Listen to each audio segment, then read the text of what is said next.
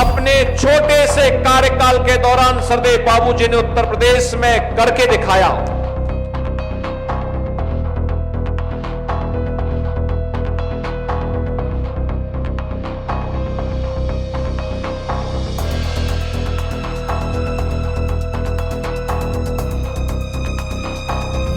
UP के पूर्व CM Kalyan Singh के बहाने बीजेपी मिशन 2027 का आगाज कर चुकी है।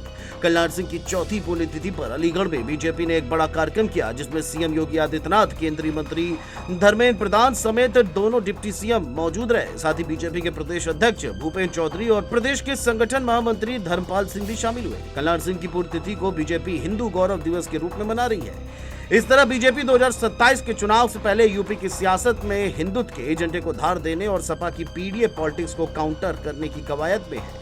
योगी सरकार के करीब 2 दर्जन मंत्री गुरुवार को कल्याण सिंह को श्रद्धांजलि देने अलीगढ़ पहुंचे। इस दौरान कल्याण सिंह के बहाने 2027 का एक तरह से पश्चिम यूपी में आगाज हुआ। बीजेपी 2024 में पश्चिमी यूपी की हारी हुई लोकसभा सीटों पर लोधी समाज के वोटरों को साथ कर 27 को फतेह करने की रणनीति अपनाएगी। कल्याण सिंह की श्रद्धांजलि सभा में बीजेपी के दिग्गज नेताओं के अलीगढ़ पहुंचने के पीछे सियासी मकसद साफ है। कल्याण सिंह को हिंदुत्व की राजनीति करने वाले राम मंदिर आंदोलन का नायक माना जाता है। 90 के दशक में कल्याण सिंह बीजेपी के हिंदुत्व का चेहरा बनकर उभरे थे। कल्याण सिंह के रूप में बीजेपी के पास एक ऐसा ऑलराउंडर चेहरा था, जिसके सहारे पार्टी ने जाति समीकरण को मजबूत करने के साथ साथ हिंदुत्व की आक्रामक राजनीति को धार दी थी। यही वजह है कि बीजेपी कल्याण सिंह की श्रद्धांजलि का कार्यक्रम ऐसे समय पर कर रही है जब 27 के चुनाव को लेकर सियासी सरगर्मी तेज है। सपा कांग्रेस मिलकर बीजेपी के खिलाफ ओबीसी दलित पॉलिटिक्स का सियासी नैरेटिव सेट करने में जुटी है। 24 के लोकसभा चुनाव में ही सपा अपने पीडीए फॉर्मूले और राहुल गांधी के संविधान और आरक्षण वाले दाव के जरिए बीजेपी को मात देने में सफल रही है। लेकिन अब बीजेपी कल्याण सिंह के बहाने सपा की रणनीति को काउंटर करने की कवायद में जुटी है। पूजा पाल के साथ खड़े होकर बीजेपी ओबीसी के तहत पाल, गरड़िया और बघेल समुदाय को साधने का दाव चल रही है, तो कल्याण सिंह के बहाने लोध समुदाय को साधे रखने की रणनीति है।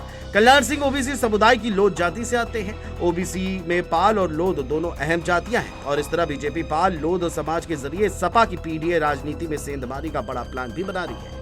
24 में बीजेपी लोधी समाज के प्रभावशाली कासगंज, बदायूं, आंवला, संभल, मैनपुरी, रामपुर, हमीरपुर और कन्नौज जैसी बड़ी सीटें हार चुकी है। इसके अलावा फर्रुखाबाद और अलीगढ़ की सीट बहुत मुश्किल से जीती है। ऐसे में बीजेपी कल्याण सिंह के बहाने लोध प्रभाव वाले इलाकों में अपनी सियासी जड़ें मजबूत करने का दाव चल रही है, क्योंकि ओबीसी वोटों को साधे बिना बीजेपी यूपी में सत्ता की हैट्रिक नहीं लगा पाएगी। यूपी में करीब 3% लोधी समुदाय के लोग हैं, लेकिन ब्रज और पश्चिमी उत्तर प्रदेश के कई जिलों में इनकी निर्णायक भूमिका है। यूपी के करीब 24 जिलों में लोध वोटरों का एक बड़ा दबदबा है। लोधी समुदाय ओबीसी की पहली जाति है जो कल्याण सिंह के चलते बीजेपी के साथ जुड़ गई थी। बीजेपी अब कल्याण सिंह के निधन के बाद भी उसे अपने साथ पहले की तरह ही जोड़े रखना चाहती है। बहरहाल ये दाव भारतीय जनता पार्टी का समाजवादी पार्टी के पीडीए की काट कर पाएगा या नहीं, ये तो देखने वाली बात होगी। Desk report, JND news.